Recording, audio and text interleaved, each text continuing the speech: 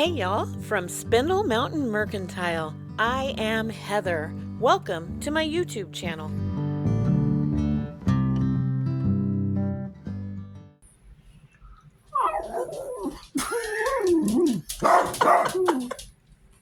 Are you pitiful? Say hi, Rufus. Hi, everybody. Before I started this video, I wanted to pop on and just tell you a little bit about it. And I made a huge mistake. I put on a bra and shoes, and I took my hair out of my messy bun. Man, my hair is the only part of my body that doesn't betray me when I eat too much or too often. I also put on a little bit of makeup, just mascara and concealer, and my dogs are like thinking I'm going for an RIDE and the CAR. They think I'm going to go BYE. I wanted to pop on before the video and have a word with my bibliophile friends. I've seen sometimes where somebody says things that aren't very nice about it. When people ruin a book in a crafting video, and I've seen people get thumbs down for it. I love books. I think books are amazing. Books have saved me in parts of my life where I was just, things were horrible. A lot of books saved me. I get the love of books. I really do. Do you know where those books come from that people craft with? They come from Dollar Tree or the trash or the actual dump or people on the way to the dump. They are books that were destined to be ruined and completely forgotten. Instead of looking at it as somebody ruined a book, maybe look at it as they saved a book from being completely forgotten forever and created a new story for it. I have an idea for you. Take that energy and use it in a creative, positive way. And that's what this video is. I'm going to make an amazing book stack, and it is not going to ruin the books. Next time you see somebody do something you don't like with a book, like me, because I'm going to do other things that will ruin a book, don't get mad at us. Just think, hey, that was a good sacrifice for that book. All right, so I'm not trying to be preachy. I'm really not. I'm on side book. Okay, I'm go books, team book, yay. I want the books to live. But maybe if they can't be living like by being read, they can live on some other way. So let's find some of those ways, and let's not get mad at the people who maybe tear them a little when they make those. Okay? All right. Let's watch the video. Be blessed. This is a picture of some books I saw at the last auction I bid at online, and nobody had bid on them. This auction had hundreds of beautiful antique books that were very rare and worth a lot of money. The people shopping for books at this auction did not want something like this. I got it for $1. Books on this cabinet were things like this: Litigation of Trial Practice. This is from the 60s. It's all outdated. I'm pretty sure that discovery practices and depositions have changed a bit since the 60s. The second book could be a little valuable if the cover was in good condition, but it was ruined, so I just got rid of it altogether. It's called Why Things Go Wrong, or the Peter Principle Revisited. It's about hiring practices and how if you give people a raise and promote them, and listen, you're already bored, so why would you keep this book? You wouldn't, all right? If you are interested, go find it and buy it on eBay. Not from me. This book is another law book. It's wet. Some of the pages, it didn't have a lot of water damage. It's still legible, but we're not going to worry about it. You know what, though? I'm not going to ruin these books. I am going to make them prettier, and we're going to do it without using any glue on the books. How I picked these books was based on their size. I wanted them to kind of look like a pyramid.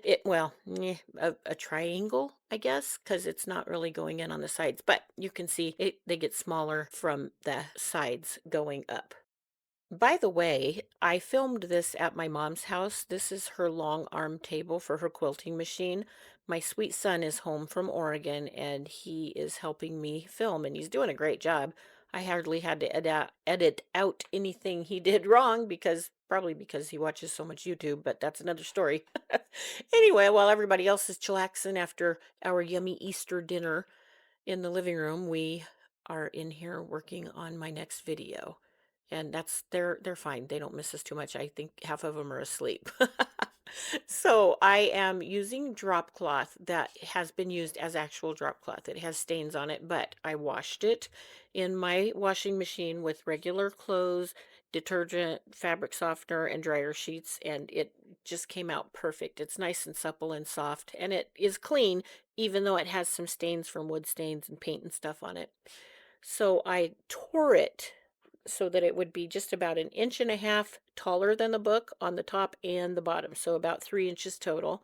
And I folded it over the top cover, and I'm just putting 2 pins at the top and 2 pins at the bottom, and I'm going to do the same on the back cover.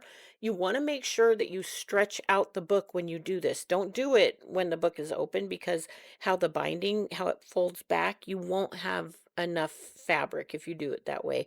Just make sure, stretch it over, pull out the wrinkles like I'm doing here, and make sure it's long enough. And you can actually use less fabric than I used here if you want to save some and, have some for another project if you want to have more left over. You don't have to make it go all the way over. And before I sew this, I'm just going to show you the next book and how I did that in case you missed anything with this one.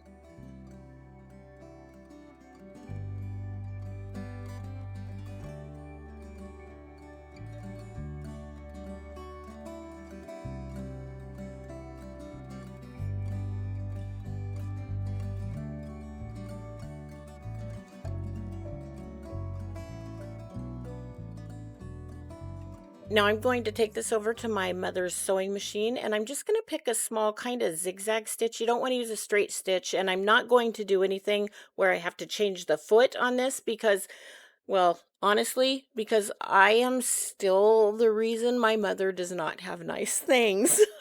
And I don't want to mess up her machine, so I'm pushing the fewest buttons possible. Because I'm making a frayed edge, I want this stitch to go all the way around any part where I'm going to fray the fabric. And that includes the part along the back of the binding. And I'll show you a picture later. I'll make like a little pattern so you can see it on paper. That's why I am doing all those parts that aren't sewn to another piece of fabric. And listen, I know my descriptions aren't that great, but here's the thing. I'm not a sewing teacher. I'm not even a sewer or a seamstress. See, I don't even know what you call a person who sews, but I'm not that person. I'm a sew and sew, not so much a sew or mist or I don't know. That I just sew things. I am a fly by the seat of my pants crafter, and I just do what I have to do to get the things made. That's what I am. So if you want to learn how to sew correctly, then maybe go and search on YouTube how to sew 101 or sewing for dummies. Because I'm not even dummy adjacent when it comes to sewing. I just sew and I can do a halfway straight line. All right, take your pins out as you sew or you will ruin your mother's machine. And I'm not even going into how I know that.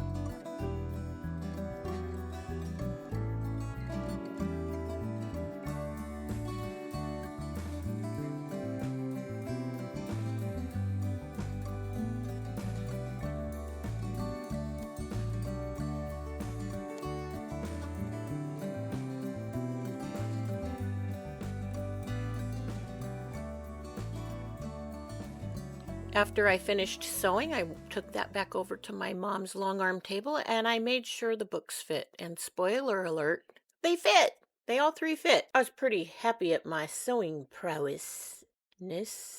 Don't know if that's a word, but that's okay. One of them was a little bit too big, but that was okay. All I did was make another stitch where it was right next to the edge of the cover of the book. And then I just cut off the excess. I want to show you a little pattern of sorts with this. So I had this great idea to write a pattern down on a piece of paper. Well, Rufus really, really was interested in what I was doing right then. So he happened. And also, the reason there's a change of scenery is because now we're back home and my lighting isn't great, so I apologize for that. Now, I'm folding this like it's a book jacket, and I'm going to show you with this green marker where I'm making the stitches. I'm making one along this. Now, this is the part that folds in and isn't connected to anything. See right there? That's the inside flap. But you want to put a stitch there because we are fraying that. If you're not going to fray it, then I would make a little hem so it goes underneath. And oh, Rufus, isn't he's the preciousest dog I think I've ever known in my whole life. Ah, bless his little heart. So we're thinking of this as a book jacket, and what I'm going to show you next is where you fold the jacket over and you sew the front of the jacket to the flap that goes behind the cover. And you want to sew that at both the top and the bottom. And at this point, I figured, if you can't beat him, join him. So Rufus is becoming my table. I think he wants me to take that diaper off. He hates wearing any kind of clothes, especially diapers. All right, so that's where we sewed the inside flap to the outside flap, or cover. I guess it's just a flap on the inside. And we're going to do the same thing on both ends. So this is the line where you will sew the free edge. It doesn't have anything on the back. And then this one and this one are sewing the front to the back. One thing you might want to also consider is more areas where there is nothing to sew together, but you just want to put a little zigzag so that it won't fray too much. So I've turned it over. This is where the two pieces connect, the inside flap with the rest of the jacket. So that line right there is the same as this line right here. So when you sew it on one side, you're obviously going to see it on both sides. There is another part. This dog. Can you just hold still, table? No? All right. Fine. I'll just use another table. Okay, so right here and right here are the places where they are connected to another piece of fabric. But right here in the middle, that's where you fray. See, I'm pulling my thumb apart around. Oh, he needed to be petted. He felt abandoned because the table. Look at that face. Oh my goodness. This is why I don't make more videos, because I'm just so loved. Okay, back to my pattern. That is where you will fray. You can see I'm using my fingers to show you how you fray. Ooh, there's a little piece of paper I could fray. Nope. This part right here is not connected to another piece of fabric. And you can see it's the same thing on the other side. So right there, see my finger goes in? That's because those aren't connected. That's what it looks like when it's the jacket on top of the book. All I'm saying is you want to make sure the edges that aren't attached to another piece of fabric have a zigzag stitch so that when you fray the fabric, it won't go below where that stitch is and start unraveling the whole entire jacket. Instead of cutting it with scissors, and since I'm in a quilting room, I went over to my mom's mat and used one of her rollerblades. It's not a rollerblade. My mom is not a rollerblader. She does not roller skate. She's 87. That could possibly hurt some of her. It's one of those roller razor blade things. I don't know what they're called. I know I can Google it, but see, I'm filming right now and doing editing, so I can't go look it up. Besides, I don't get out of the house much, and it is a lot better when I ask y'all what things mean and you tell me, and then I have conversations with people other than dogs and the fellas in my life.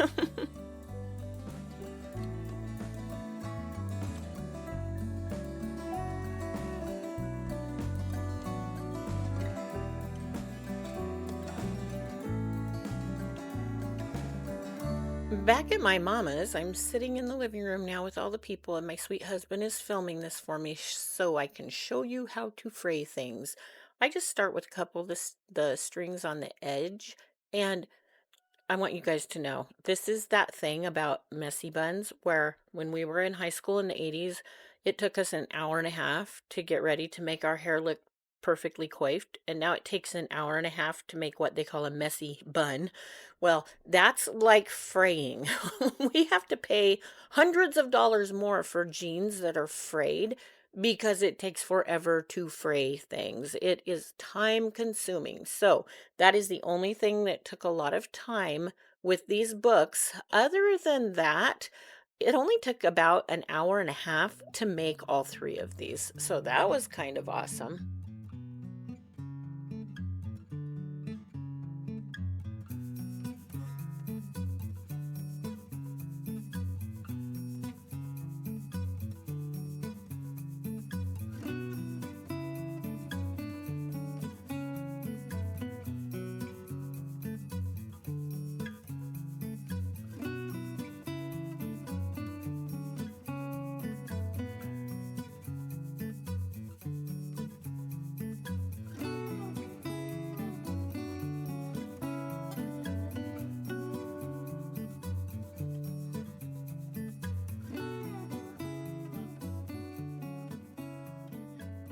Alrighty, back at home, we are going to use Iron Orchid Designs, Transfer Books, Rose Botanical, and Collage de Fleurs to add some life to these very plain book jackets. Ever since I did my charcuterie table that I found at the auction and I didn't use these light colored roses, I knew I had to use them on something soon. And this one just looked so perfect on top of this book stack. Applying a transfer to fabric is really no different than applying it to any other surface, except sometimes you need to use a little bit more pressure and it might take just a little bit longer because you have to get it adhered to all those little pieces of thread. You can see right there where it's a lighter color, it's starting to pull away, so it's working. You won't see that everywhere, and that's okay. How I apply these is I lay it down exactly where I want it, and then I use my hand to rub over the whole thing. Then I use the transfer stick. That's that little plastic stick that comes in every package of IOD transfers, and I rub the entire surface of the top of the transfer on top of that plastic, which is called a carrier sheet. Next, I use my left hand to pull back a corner as I rub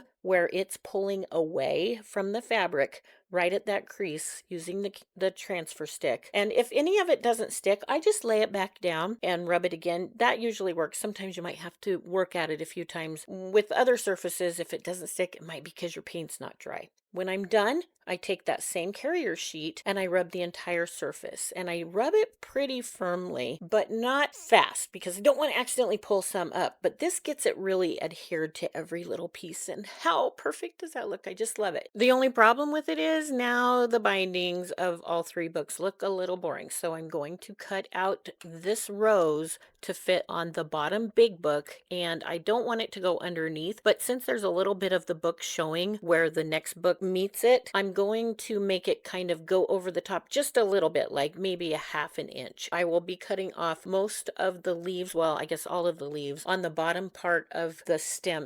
When I was filming this, my phone is right next to my knee, and I kept hitting the cord because my phone has to be plugged in because I use it so much, it's always dead. Anyway, I kept moving that cord, and that's why you can't always see what I'm doing. So sorry about that. Right here, you can tell I'm using my finger instead of the transfer stick, and I started at the edge because you know where the books, where the cover of the book meets the binding, that has a little crevice, and you want to work your way up and inside the crevice and then up the other side of the crevice and go to the back of where the binding is. And you want to work that way so you won't get a lot of wrinkles. And sometimes you'll get wrinkles, and that's okay. It might tear a little bit and have maybe a crack in it. It'll just look like a crackled finish rose that's been there for decades. And I kind of like how that looks. After I finished this part of the rose, I took the leaves that I cut off the stem and I added them back to what's now the top of the rose when you're looking at the book laying on its side. Then I added words to the bindings of the next two books, and I added one word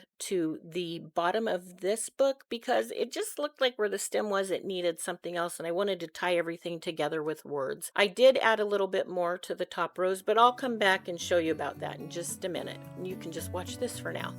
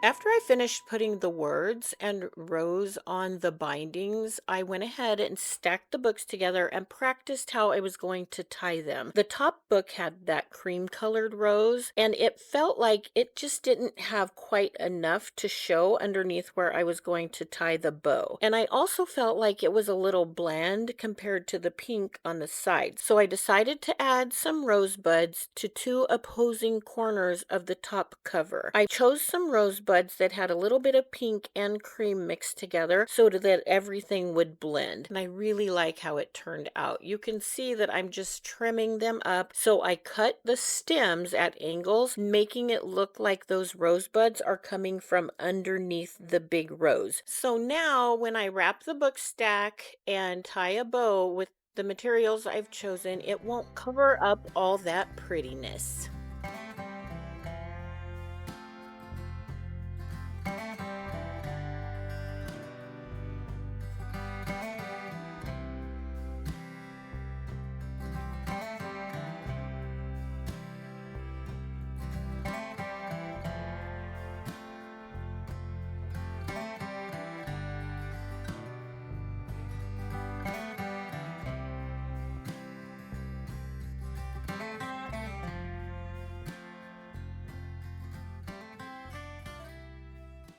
To tie together the book stack, I chose a thin frayed strip of drop cloth and two ivy garlands, one of which has twine braided within it. I found a great price for these at Amazon, and I will leave a link to those in the description. Anything you buy from Amazon by using my link to get there, they will give me a small compensation, but it won't raise your price. I found the center of the strip of drop cloth and put it right in the middle of the bottom of the entire book stack, and I brought it around the long way and just tied it one time like you would start to tie your shoelaces. Next, I took a piece of the garland that has the twine braided into it that I pre-measured, and I found the center. I placed that right in the middle of the top book of the stack, and I wrapped it around long ways. And on the back, I made sure it crossed over itself, and I brought it back around up to the top, just like you would do when you're wrapping a present at Christmas time. Well, unless you're me and you wait until the last minute and everything goes in a gift bag because you don't have time for wrapping no presents. I made it just long enough so that I only had enough of it to tie into a square knot. So that's like left over right, right over left, or vice versa. And because I made it so short, I couldn't tie that knot. So I had to ask my sweet husband if he could come over and I could borrow his finger. And he said, "You can pull my finger." And I said, "No, I won't." And he said, "Okay, but only because I want you to cook me something yummy for dinner." And then he cooked. It was still yummy though. After I gave him back his finger, I took some of the ivy garland that did not have twine and I just cut two pieces. They're maybe like 5 inches long, and I put them so that they go across like an X where there's no twine or burlap, or not burlap, drop cloth. I'm always calling drop cloth burlap because it's like the poor man's burlap. So I put those there, and I had one little smaller piece that I just put across it. I used the piece of drop cloth just to bring it up around them, and I tied it in a bow. I rearranged the bow so it looked all cute, and then I just pulled some of the little ivy over the strips of the bow that hang down. And if you want this to stay in place, you can glue it, but remember, we're making this so people can take it apart, so I didn't want to do that. I'm not sure why I did this next part. I just made sure that I cut the ribbon so it wouldn't fray. I know why, because I like it when it's at an angle better than when it's straight across, but it's okay. If you cut it at this angle, it won't fray. And there's Rufus's little tushy again. Hi, Rufus's tushy and his pretty tail. He always wants to know what's going on with his mom. Well, I tell myself that. I make believe that he cares and not that it's actually really just 9:30, which is way past bedtime, and he wants his snacks. But he does still love me. And I still love how this book stack turned out. Oh my gosh, this is even better than the last one. I love it. If you don't like frayed, you could do it like inside out, like how you would sew a pillowcase. I think you could probably use glue instead of sewing the seams. I just haven't tried that yet. I hope this helps my bibliophile friends find something to find joy in when they look at books they don't want to ruin, even if those books might be on the other side of legible. I know I can't please all the people all the time, but I hope I can please my viewers enough that they can find something that gives them joy.